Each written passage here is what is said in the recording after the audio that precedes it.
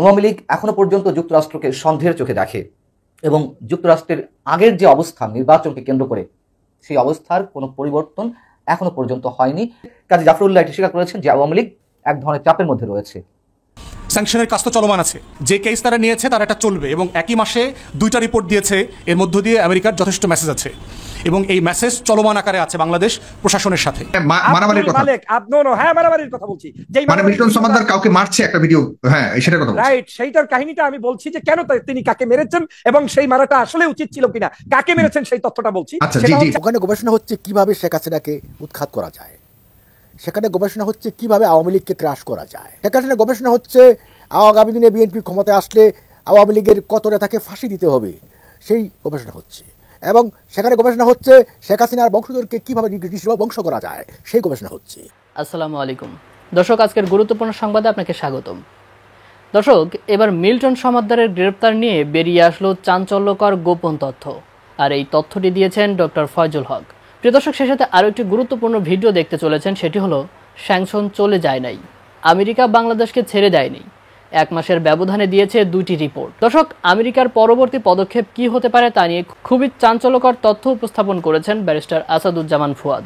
তো প্রিয় দর্শক, আজকের নিউজের সর্বশেষ যে ভিডিওটি দেখবেন সেটি হলো বিদেশের ভয় কাটেনি আওয়ামী লীগের, সুযোগের অপেক্ষায় আমেরিকা। দর্শক, এই বিষয়টি নিয়ে খুবই চাঞ্চল্যকর কিছু তথ্য উপস্থাপন করেছেন মঞ্জুরুল আলম পান্না। প্রিয় দর্শক, আর বেশি কথা বলবো না, চলুন দেখে আসবো আজকের কাঙ্ক্ষিত ভিডিওগুলো। তবে তার আগে বলবো, যারা এখনও চ্যানেলটি সাবস্ক্রাইব করেননি অবশ্যই চ্যানেলটি সাবস্ক্রাইব করে পাশে থাকা বেল আইকনটি ক্লিক করে দিন, আর যারা ইতিমধ্যেই চ্যানেলটি সাবস্ক্রাইব করেছেন তাদেরকে অসংখ্য ধন্যবাদ। তো চলুন ভিডিওটিতে একটি লাইক দিয়ে আমরা পর্যায়ক্রমে সবগুলো ভিডিও দেখে আসি।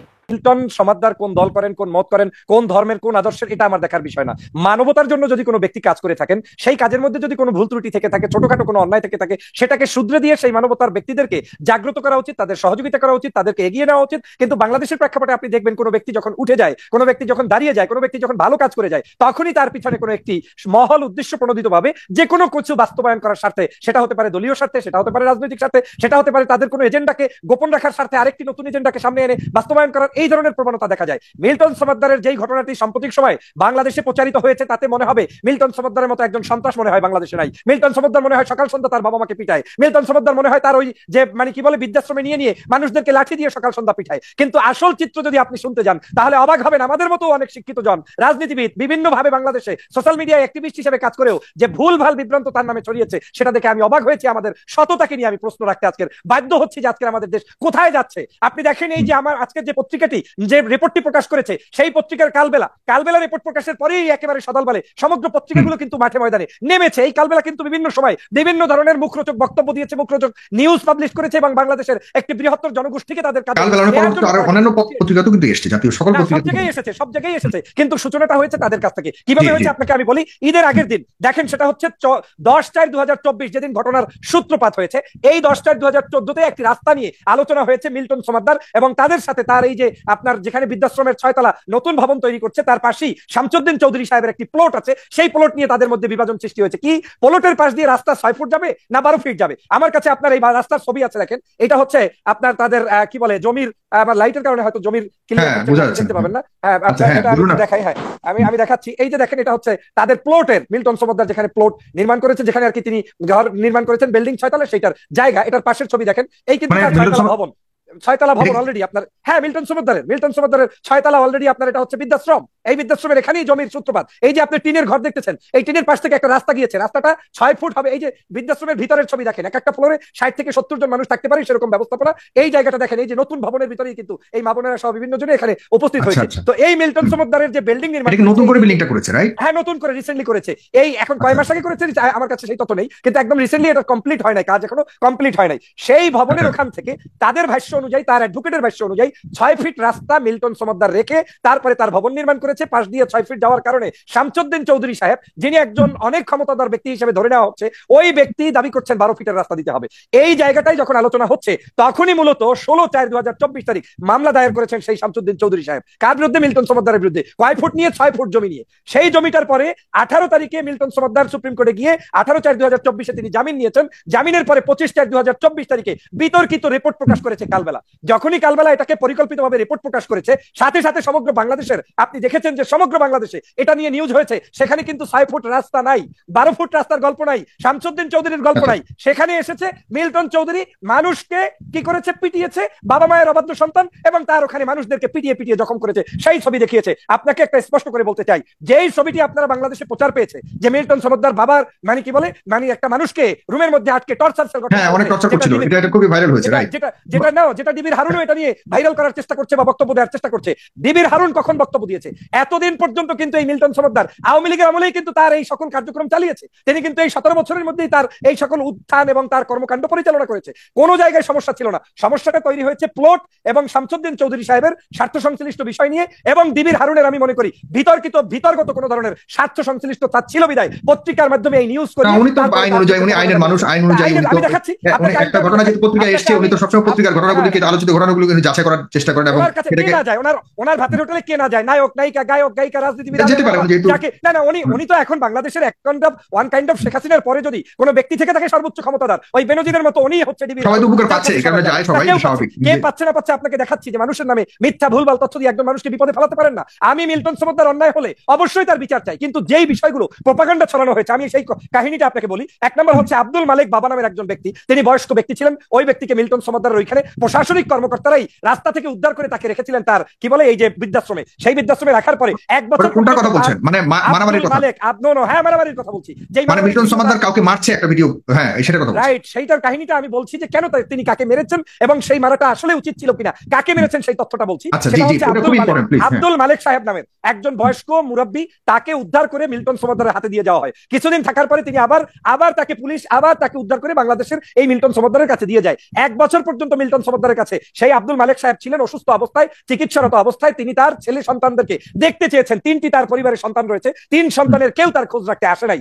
না আসার কারণে এই মিল্টন সমদ্দারের কাছে আব্দুল মালিক বারবার আকুতি করতো, আমার সন্তানদেরকে নিয়ে আসো, একটু দেখবো, এই করবো, যে কোনো মূল্যে হোক একজন সন্তানকে তার ওইখানে উপস্থিত করাতে পেরেছেন। তখন মিল্টন সমদ্দার সকলের উপস্থিতিতে নিজে আবেগতাড়িত হয়ে তার ওই বাবার এই যে কষ্ট দেখেছেন 1 বছর পর্যন্ত, এবং ওই সন্তান ভালো জামা কাপড় পরে মিল্টন সমদ্দার ওইখানে এসেছেন, তখন তিনি বলেছেন যে কেমন বাবার সন্তান তুমি, যে 1 বছর পর্যন্ত খোঁজ নিতে পারো না, তোমার জামা আছে, তোমার প্যান্ট আছে, তোমার সব আছে। এই বলে তার উপরে তিনি কিছু উত্তম মাধ্যম ওই সময় উপস্থিত মানুষের সামনে দিয়ে তার লোকদেরকে বলে দিয়েছেন যে এই ধরনের অসৎ চরিত্রবান সন্তান যদি থাকে, তাদের বাবাদেরকে যদি এরকম বৃদ্ধাশ্রমে আনতে হয়, এটা কোনোদিন দেশের যুব সমাজের জন্য কল্যাণ নয়। অতএব আমার এই বৃদ্ধাশ্রমে এই সকল দুষ্ট চক্রের লোকদেরকে স্থান দেওয়া যাবে না, তাদেরকে শায়েস্তা করতে হবে। তিনি দেশবাসীকেও কিন্তু আহ্বান জানিয়েছেন, এবং ওই ভিডিওটার মধ্যে মেরেছেন নিজে, আবার সেটা কিন্তু ফেসবুকে প্রচার করেছেন। সাগর ভাই, আপনাকে প্রশ্ন করে জানতে চাই, আমি যদি কাউকে মারি, সেটা যদি ফেসবুকে আমি আবার প্রচার করি, দ্যাট মিন্স আমার ইন্টেনশনটা আপনাকে বুঝতে হবে। আমি কেন মেরেছি, কেন প্রচার করেছি? প্রচারটা করার মধ্য দিয়ে মিল্টন সমদ্দার প্রমাণ করতে চেয়েছে বাংলাদেশের অবহেলিত বৃদ্ধাশ্রমগুলোতে যে সকল বাবা মা ডিসিএসপির সন্তান আজকে আছে, তার সন্তান ডিসি, অমুকের ওএসপি,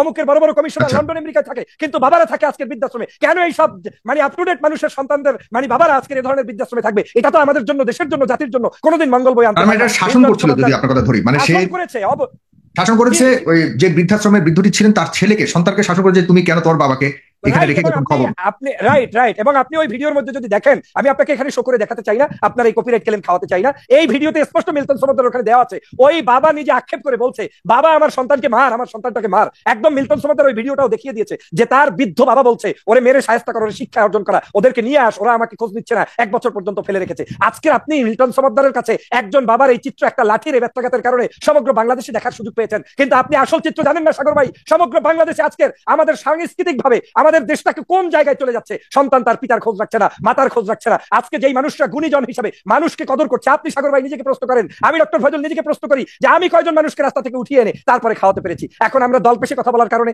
রাজনৈতিক বক্তব্য দেওয়ার কারণে, সকাল সন্ধ্যা মিল্টন সমদ্দার আওয়ামী লীগ না জামাত না ওই হেফাজত করে এইটা তদন্ত করার কারণে, উনি এখন খ্রিস্টান না হিন্দু না মুসলমান এইটা তদন্তের কারণে আজকের আমরা আমাদের দেশ থেকে মানবতার লোকগুলোকে হারিয়ে ফেলতে বসে। স্যাংশন চলে যায় নাই, আমেরিকা বাংলাদেশকে ছেড়ে দেয় নাই। প্রেস কনফারেন্সে ফরেন মিনিস্ট্রি স্পোকসপারসন দেখলাম, মহিলা বলছেন যেগুলো দ্বিচারিতাতে ভরা, তথ্য ভিত্তিহীন তথ্য। কোনটা দ্বিচারিতা? দু একটা এক্সাম্পল দিতেন।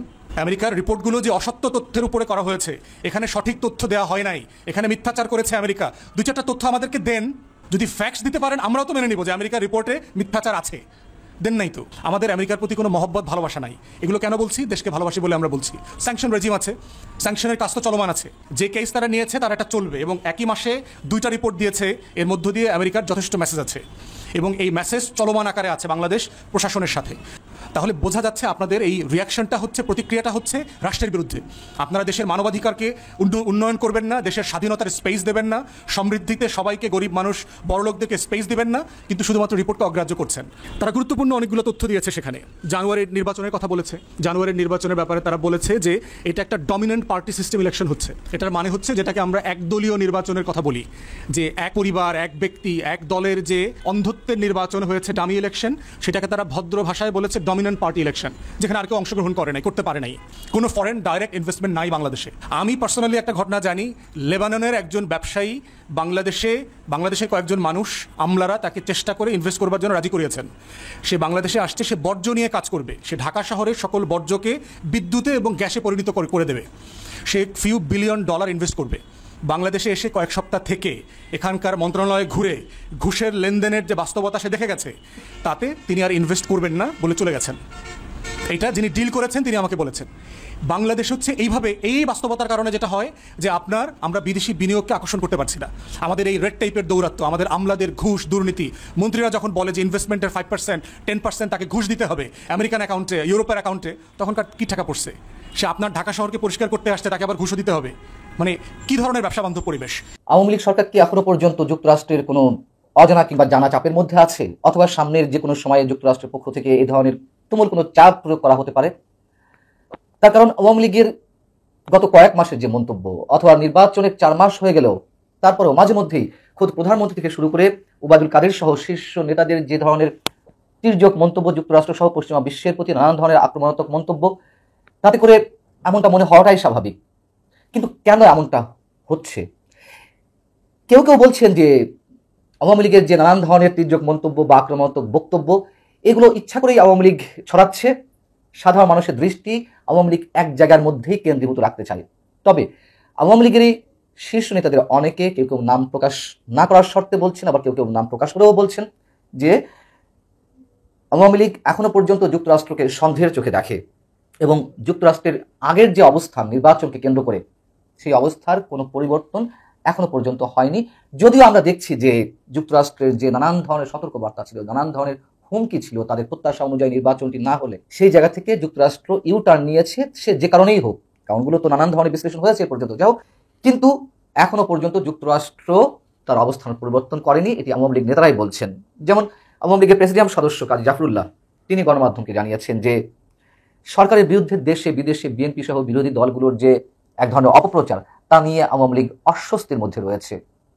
কেন অস্বস্তির মধ্যে থাকবে যদি কোনো ধরনের চাপ নাই থাকে? অর্থাৎ প্রকারান্তরে কাজী জাফরুল্লাহ এটি স্বীকার করেছেন যে আওয়ামী লীগ এক ধরনের চাপের মধ্যে রয়েছে। আবার যারা নাম প্রকাশ না করার শর্তে গণমাধ্যমে কথা বলছেন, তাদের অনেকে বলছেন যে আওয়ামী লীগ এখনো পর্যন্ত যুক্তরাষ্ট্রকে আস্থায় নিতে পারেনি। যুক্তরাষ্ট্রের যে অবস্থান ছিল, একটা শত্রু মনোভাবাপন্ন অবস্থান, সেই জায়গাটিতে যুক্তরাষ্ট্র এখনো পর্যন্ত রয়েছে। যদিও আওয়ামী লীগের নেতাদের পক্ষ থেকে, বিশেষ করে ওবায়দুল কাদের নির্বাচনের পর মাঝে মধ্যেই বলার চেষ্টা করেছেন যে যুক্তরাষ্ট্রের সঙ্গে আওয়ামী লীগের যে সম্পর্কের শিথিলতা ছিল সেটি শুধরে গেছে। দুই দেশের মধ্যে বা দুই সরকারের মধ্যে যে এক ধরনের অস্বস্তি কাজ করছিল, সেই জায়গা থেকে তারা ভুলটি বুঝতে পেরেছে। যুক্তরাষ্ট্র নতুন উদ্যমে চায় বাংলাদেশ সরকারের সঙ্গে কাজ করতে, কিন্তু আবারও মাঝে মধ্যে দেখা যায় খুব তির্যক মন্তব্য করতে। অতএব এইসব জায়গা থেকে অনেকেই এখন নতুন করে এই প্রশ্নটি নিয়ে আসছেন যে তাহলে কি আওয়ামী লীগ কোনো ধরনের চাপের মুখে আছে?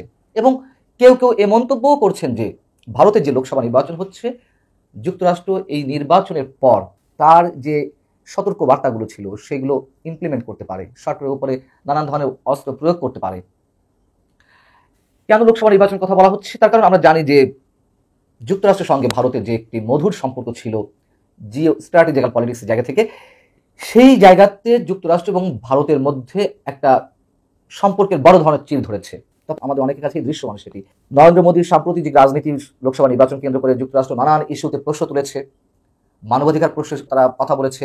নরেন্দ্র মোদীর পক্ষ থেকে বা মোদী সরকারের পক্ষ থেকে তার আবার তীব্র প্রতিক্রিয়া জানানো হয়েছে। শিখ নেতাদেরকে হত্যা কিংবা হত্যা চেষ্টার যে অভিযোগ কানাডা মাটিতে এবং যুক্তরাষ্ট্রের মাটিতে, সেগুলোকে কেন্দ্র করে তাদের মধ্যে এক ধরনের তুমুল বৈরিতা সৃষ্টি হয়েছে। গত কয়েকদিন আগেই যুক্তরাষ্ট্রের মাটিতে শিখ নেতা পান্নুনকে হত্যার চেষ্টার বিষয়ে তথ্য প্রমাণ সহ একটা রিপোর্ট প্রকাশ করেছে খোদ মার্কিন গণমাধ্যম। আবার কানাডাতে যে শিখ নেতাকে হত্যা করা হয়েছে তার বিরুদ্ধে যে ভারতের গোয়েন্দা সংস্থা রকে অভিযুক্ত করে আসা হচ্ছে, এবং এই খবরটি প্রথম এসেছে আমেরিকার পক্ষ থেকে, সেটিকে কেন্দ্র করেও কানাডা যুক্তরাষ্ট্রের সঙ্গে ভারতের যে সম্পর্কের অবনতি সেটাও আমরা দেখতে পাচ্ছি। এবং এরই মধ্যে যুক্তরাষ্ট্রের মাটিতে শিখ নেতা পান্নুনকে হত্যা চেষ্টার অভিযোগে জড়িত সন্দেহে 3 জনকে আটক করা হয়েছে। এবং আরও আন্তর্জাতিক বিভিন্ন ইস্যুতে ভারতের সঙ্গে খুব ভালো যাচ্ছে না বাইডেন প্রশাসনের সম্পর্ক। অতএব লোকসভা নির্বাচনের পরে বাংলাদেশ ইস্যুও তাদের কাছে নতুন মাত্রা পেতে পারে, এরকম নানান বিশ্লেষণে উঠে আসছে। এখন কথা হচ্ছে কোন ধরনের ইস্যুতে যুক্তরাষ্ট্র তার অস্ত্রটি প্রয়োগ করবে আওয়ামী লীগ সরকারের উপরে চাপ দিতে, এটি সবারই জানা এবং অনেক আগে থেকেই এটি আলোচনায় আসছে যে তারা এটি করার জন্য শ্রম ইস্যুটিকে ব্যবহার করবে। এবং যুক্তরাষ্ট্র শুধু বাংলাদেশে নয়, বিশ্বের যে কোনো জায়গায় যখন তারা নানান ধরনের নিষেধাজ্ঞা দিয়েছে, নানান ধরনের শাস্তিমূলক ব্যবস্থা নিয়েছে, সংশ্লিষ্ট সরকারের মন্ত্রী, প্রধানমন্ত্রী কিংবা রাষ্ট্রপতি থেকে শুরু করে বিভিন্ন পর্যায়ের কর্মকর্তাদের উপরে তারা এই শ্রম ইস্যুটিকেই অস্ত্র হিসেবে ব্যবহার করেছে। প্রিয় দর্শক, আমি আশা করছি আপনি ভিডিওগুলো খুব মনোযোগ দিয়ে দেখেছেন। আর এই ভিডিও সম্পর্কিত যদি কোনো তথ্য বা মতামত থাকে তাহলে অবশ্যই কমেন্ট করে জানাবেন। আজকের মতো নিউজটি ছিল এটুকুই। ফিরছে আগামী ভিডিওতে নতুন কোনো টপিক নিয়ে। আল্লাহ হাফেজ।